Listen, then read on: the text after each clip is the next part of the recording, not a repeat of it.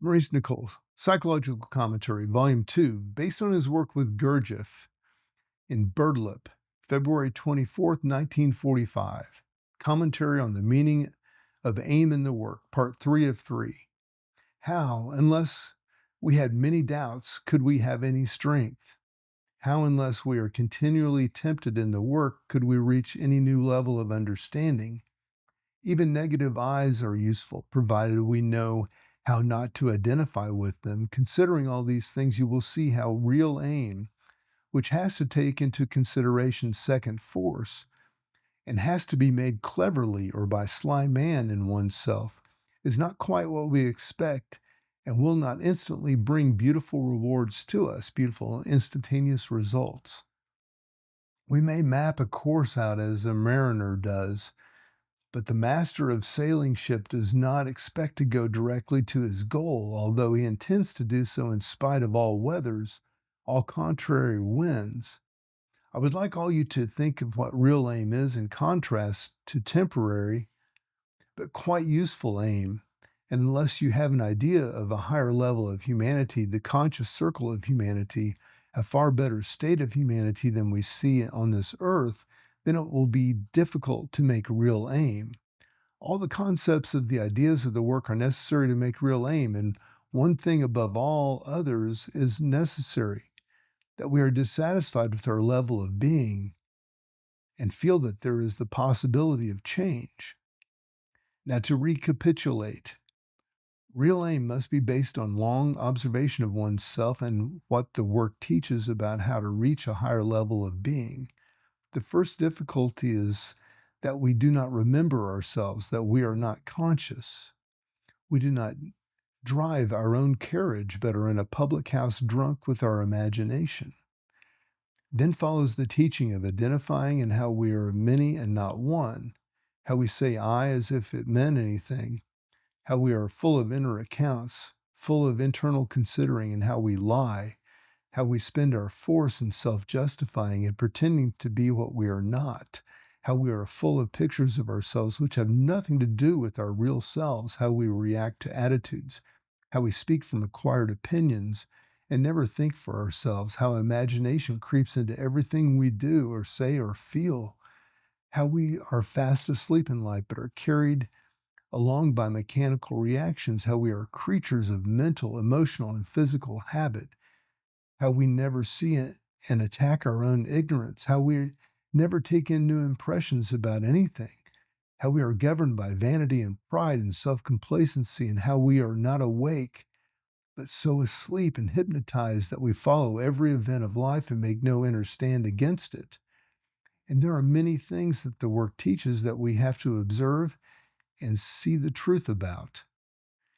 And then we have to understand what we cannot start from all this, that we cannot add the work to all the mess in ourselves, but we have to go down and realize we cannot do, realize how ignorant we are, really, how much we say all day long that has no meaning, how we react to things and think we are actually conscious, all of which leads to realization of our mechanicalness, the realization that we do not exist at all save as puppets jerked by strings.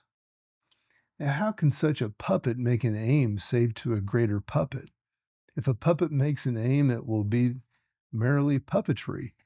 The puppet thinks he knows how to make an aim. Standing over this puppet is the work, which tells us that what kind of aim to make, and you can be sure that this aim is always against this puppet. Now, all real aim is psychological. Remember, we live in a psychological world of thoughts and feelings and desires. This psychological world is extraordinarily complex and marvelous. It has all sorts of combinations and patterns and wrong arrangements and right arrangements. All the work teaches at first is about getting this psychological world into a right arrangement. Suppose you are full of hate towards someone and you try to get your psychological world right. Is it not impossible? Do you all understand that you live in a psychological world and not in a physical world, that you react to the events in the physical world Psychologically save when the physical world blows up. You blow up physically. The work is to get the psychological world rightly adjusted so that it transmits higher centers. We may in life conceal our psychological thoughts and feelings, but the work is another force not of life. In the form that we can conceal nothing that is psychological. And from that we can conceal nothing that is and from that we can conceal nothing that is psychological. Real aim has to do with the psychological world and how we handle others and ourselves in it.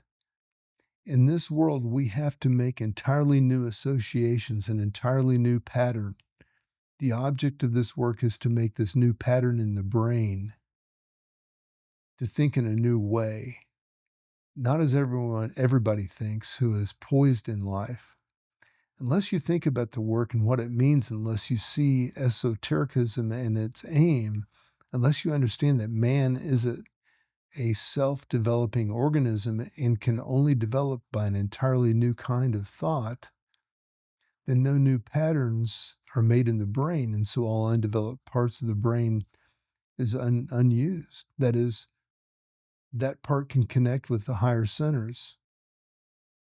If you take things as you have always taken them, nothing new can form in itself. But if you take life from what the work teaches and take yourself in a new way, you will make a new pattern, new associations in the frontal lobes, if you like.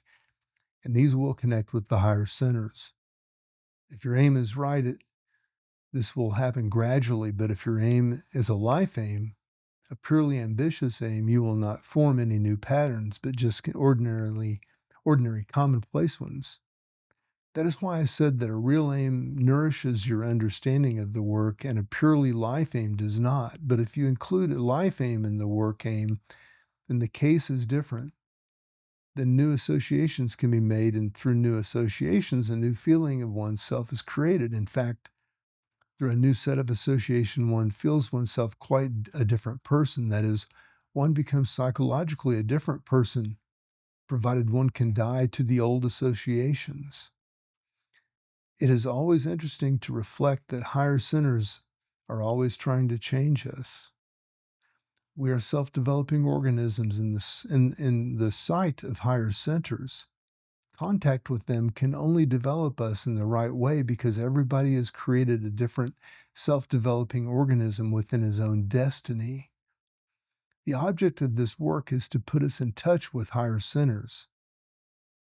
From this point of view, it is interesting to reflect how we can think or how we think we can develop ourselves from our own ideas of what development means and how different the influences of higher centers may be. We think we must go along this line, but from the standpoint of higher centers, we may be going quite the different or wrong direction. For this reason, we have to start with the work as an aim because it is given by conscious humanity, that is, people who have reached higher centers. One thing can be said here, that is, that we always have to develop in the direction of our own most inferior functions. We always have to develop in the direction of our most inferior functions, our most unused side, the most despised side of ourself, and not along the line of what we are best at. Remember, we have to become balanced. If you can think well, you have to feel more. If you feel too much, you have to think more, and so on.